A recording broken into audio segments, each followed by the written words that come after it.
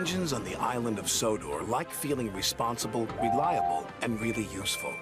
They work hard to complete their jobs on time. They don't like confusion and delay.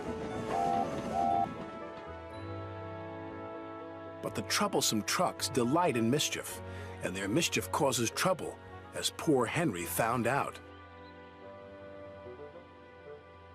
"Henry has had an accident and been sent for repairs," said Sir Topham Hatt. "There are no other engines available, so Diesel will help until Henry returns." "Yes, sir," puffed the engines, but they weren't happy. The engines didn't like Diesel. He was always being rude and always showing off. "I hope Henry's mended soon," said Percy. "He moves more trucks than 3 Diesels put together," agreed Thomas. "Trucks are no one's friends," huffed Gordon. The next day, Diesel was working at the docks. "When Sir Topham Hatt sees how good I am," he bragged to the trucks, "he'll get rid of steam engines once and for all." This gave the troublesome trucks an idea. As Diesel shunted them together, they started to sing. "Is that all you can haul? Henry's loads are longer. Is that all you can haul? Henry must be stronger." Diesel was cross. He was sure that he was stronger than Henry. "I'll push you all at the same time," he said. The trucks giggled. "Push us all, that's the longest. Push us all, you'll be the strongest." "That's me," said Diesel, "the world's strongest engine."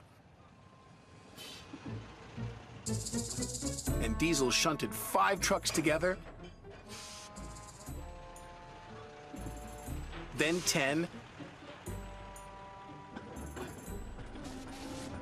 then 15. Soon he had an enormous line of 20 trucks.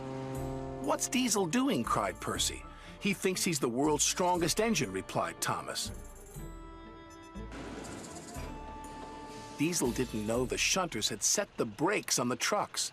The troublesome trucks knew, but encouraged Diesel to push anyway. "Push, push, push!" Diesel pushed, and he pushed, and he pushed. But the trucks didn't move, so Diesel decided to pull the trucks instead. Heave ho, you can pull, but we won't go," sang the trucks. This made Diesel very cross. He pulled, and he pulled, and he pulled. Help!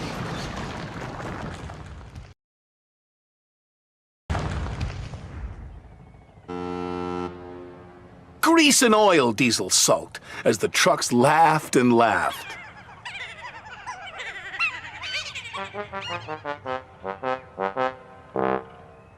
Sir Topham Hatt looked down crossly at Diesel. "I thought you would be a proper dockyard Diesel, but I was wrong," he said. "Can you make up for lost time, Henry?" "Oh, yes, sir," Henry replied happily.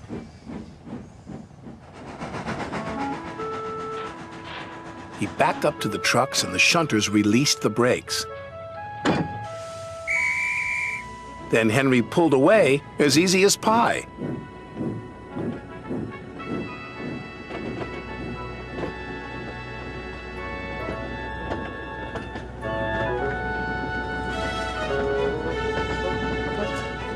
And the engines cheered.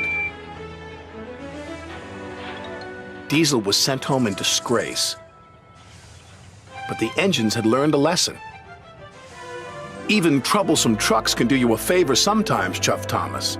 "Like getting rid of a smelly old Diesel," puffed Percy.